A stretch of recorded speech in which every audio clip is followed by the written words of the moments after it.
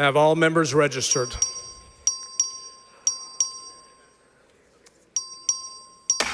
Members, a quorum is not present. The roll has been called and a quorum has not been established.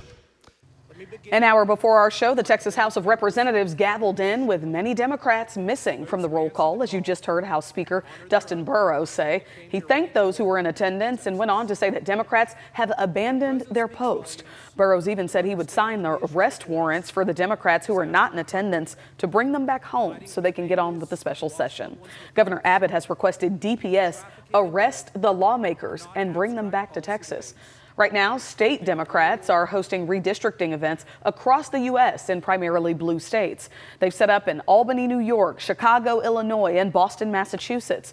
They're hoping this will keep Texas from what they say is racial gerrymandering to give President Donald Trump 5 new allies in Congress. Texas just released new redistricting maps for congressional representatives back in 2021. Redistricting usually happens after the once every decade population count by the U.S. Census Bureau, like in 2021, or it can happen in response to a court ruling. Now, Texas Republicans want to break that tradition this time around with an unusual mid-decade map that could help Republicans flip up to 5 seats that are currently held by Democrats. Blue states like California and New York could do the same to advantage Democrats.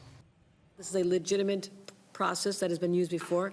By breaking quorum and being here today, these legislators are getting into what John Lewis might call good trouble. New York Governor Kathy Hochul recently joined California Governor Gavin Newsom in expressing openness to taking up mid-decade redistricting in their states.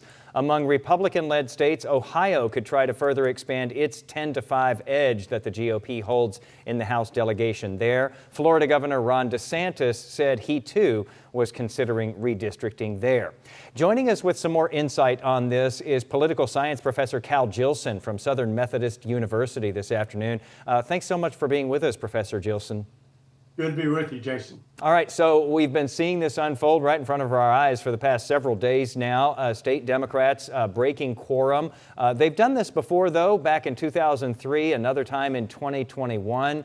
What does it mean, for people who don't keep up with this stuff day to day to break quorum? And do you think that this is a powerful political tactic that they're using? It's about the only political tactic they have, so they're going to make use of it. There are 150 members in the Texas House of Representatives, and a quorum is 100. The Democrats have about 62 members, and 51 or more of them have left to various other parts of the country. And so the Texas House cannot proceed to business, as we just saw earlier in this piece. But the Democrats can only slow things down. They can't really stop it. At some point, they've got to come back. Even if they run past the end of this special session, Abbott can just call another one. So redistricting will take place. So, Professor Jilson, Democrats say that what they're calling an aggressive Republican gerrymander here undermines democracy. Republicans are saying the same thing about Democrats leaving the state to stop legislative business from happening. What are your thoughts on that back and forth? Well, the last time this happened in 2003, the Republicans had just come to power statewide. They had captured the Senate in 1996, the House in 2002, and Democrats had been doing all the redistricting, drawing the lines they wanted. And so Tom DeLay and Republicans had an argument that we're now the majority party. We're going to take control of redistricting and redraw these boundaries. But today, the boundaries were drawn in 2021 by the Republicans in statewide office and majorities in both the Texas House and Senate. It's their maps. And so to argue that there's something wrong with them then now is much more of a stretch than it was in 2023. It is a political attempt to buttress Republican control of the U.S. House of Representatives in Washington, D.C. Doesn't have much to do with the good of Texas or Texas voters.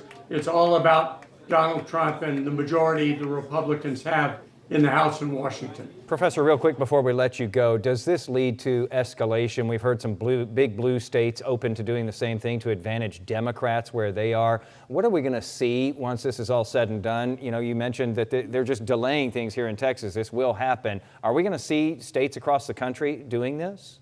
Well, we are going to see attempts, but Democrats tend to favor redistricting commissions that are bipartisan. Republican states allow their legislatures to do it. So Texas has a direct path.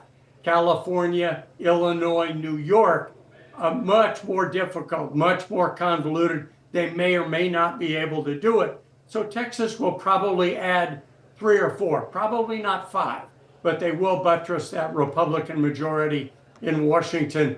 But that may not be enough to save Republican control of the U.S. House after 2026. We shall watch it as it unfolds in real time and expect many more of our Zoom calls, Professor Gilson.